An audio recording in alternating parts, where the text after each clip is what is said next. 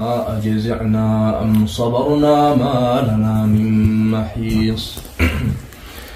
وقال الشيطان لما قضي الأمر إن الله وعدكم وعد الحق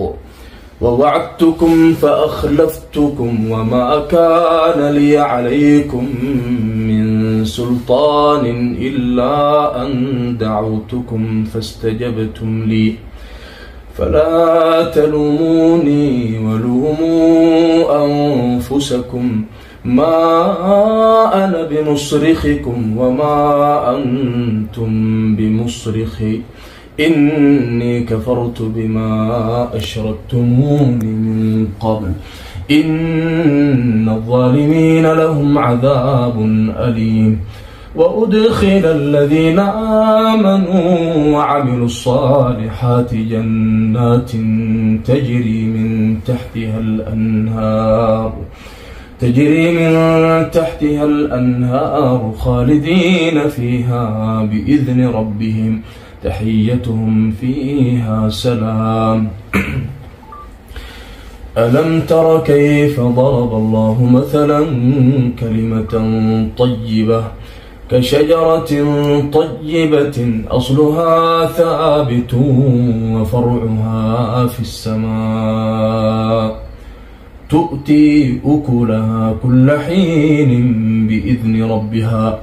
ويضرب الله الأمثال للناس لعلهم يتذكرون.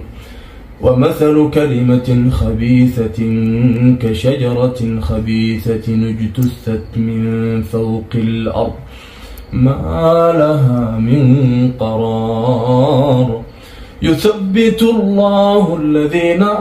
آمنوا بالقول الثابت في الحياة الدنيا وفي الآخرة ويضل الله الظالمين ويفعل الله ما يشاء.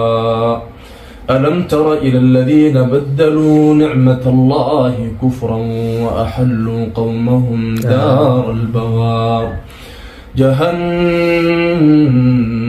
يصلونها وبئس القرار. وجعلوا لله أندادا ليضلوا عن سبيله قل تمتعوا فإن مصيركم إلى النار. قل لعبادي الذين آمنوا يقيموا الصلاة وينفقوا مما رزقناهم سرا وعلانية من قبل أن يأتي يوم لا بيع فيه ولا خلال. الله الذي خلق السماوات والأرض وأنزل من السماء ماء فأخرج به من الثمرات رزقا لكم وسخر لكم الفلك لتجري في البحر بأمره وسخر لكم الأنهار وسخر لكم الشمس والقمر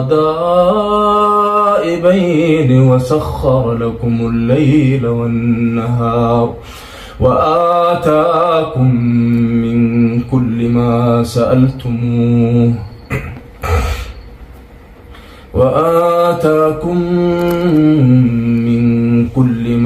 سألتموه وإن تعدوا نعمة الله لا تحصوها إن الإنسان لظلوم كفار. وإذ قال إبراهيم رب اجعل هذا البلد آمنا وجنبني وبني أن نعبد الأصنام رب إنهن أضللن كثيرا من الناس فمن تبعني فإنه مني ومن عصاني فإنك غفور رحيم. ربنا إني أسكنت من ذريتي بواد غير ذي زرع بواد غير ذي زرع عند بيتك المحرم ربنا ليقيموا الصلاة فاجعل أفئدة من الناس تهوي إليهم وارزقهم من الثمرات لعلهم يشكرون ربنا إنك تعلم ما نخفي وما نعلن وما يخفى على الله من شيء في الأرض ولا في السماء الحمد لله الذي وهب لي على الكبر إسماعيل وإسحاق إن ربي لسميع الدعاء رب اجعلني مقيم الصلاة ومن ذريتي ربنا وتقبل دعاء ربنا اغفر لي ولوالدي وللمؤمنين يوم يقوم الحساب ولا تحسبن الله غافلا عما يعمل الظالمون إنما يؤخرهم ليوم